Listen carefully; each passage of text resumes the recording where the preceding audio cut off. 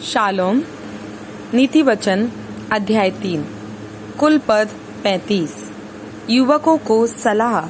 हे मेरे पुत्र, मेरी शिक्षा को ना भूलना, अपने हृदय में मेरी आज्ञाओं को रखे रहना, क्योंकि ऐसा करने से तेरी आयु बढ़ेगी और तू अधिक कुशल से रहेगा। कृपा और सच्चाई तुझसे अलग ना होने पाए, वरन उनको अपने गले का हार बनाना और अपनी हृदय रूपी पटिया पर लिखना, तो तू परमेश्वर और मनुष्य दोनों का अनुग्रह पाएगा। तू अति बुद्धिमान होगा। तू अपनी समझ का सहारा ना लेना, वरन संपूर्ण मन से यहोवा पर भरोसा रखना। उसी को स्मरण करके सब काम करना, तब वह तेरे लिए सीधा मार्ग निकालेगा। अपनी दृष्टि में बुद्धिमान ना होना, यहोवा का भय मानना और बुराई से अलग रहना। ऐसा करने से तेरा शरीर भला चंगा और तेरी हड्डियां पुष्ट रहेंगी। अपनी संपत्ति के द्वारा और अपनी भूमि की पहली उपज दे देकर यहोवा की प्रतिष्ठा करना। इस प्रकार से तेरे खत्ते भरे पूरे रहेंगे और तेरे रसकुंडों से नया दाखमधु उमड़ता रहेगा। हे मेरे पुत्र, यहोवा की शिक्षा से मुंह ना मोड़ना, और जब वह तुझे डांटे तब तू बुरा ना मानना, क्योंकि यहोवा जिससे प्रेम रखता है उसको डांटता है, जैसे कि बाप उस बेटे को जिसे वह अधिक चाहता है। क्या ही धन्य है वह मनुष्य जो बुद्धि पाए और वह मनुष्य जो समझ प्राप्त करे, क्योंकि बुद्धि की प्राप्ति चांदी की प्राप्ति से बड़ी और उसका लाभ चौके सोने के लाभ से भी उत्तम है। वह मूंगे से अधिक अनमोल है, और जितनी वस्तुओं की तू लालसा करता है उनमें से कोई भी उसके तुल्य ना ठहरेगी।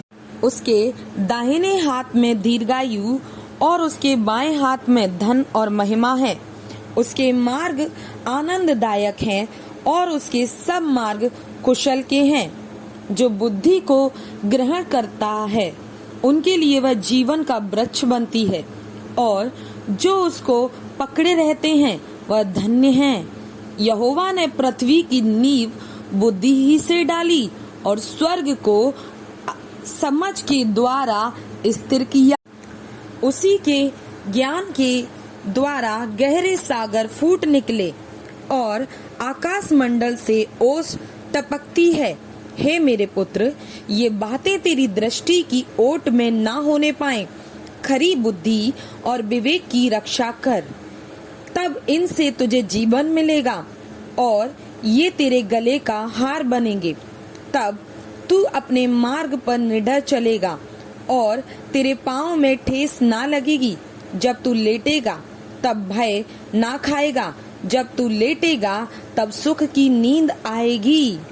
अचानक आने वाले भय से ना डरना, और जब दुष्टों पर विपत्ति आ पड़े तब ना घबराना, क्योंकि यहोवा तुझे सहारा दिया करेगा और तेरे पाँव को फंदे में फंसने ना देगा।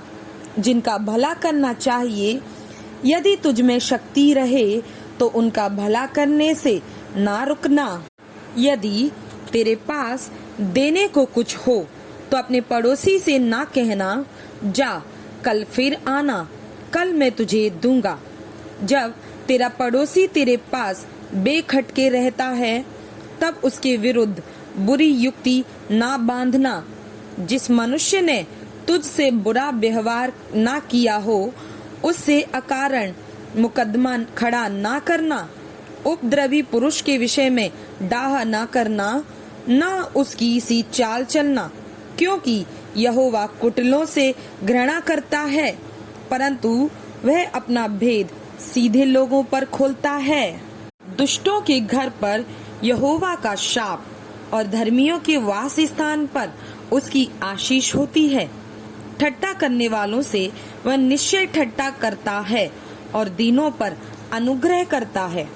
बुद्धिमान महिमा को पाएंगे और मूर्खों की बढ़ती अपमान ही की होगी।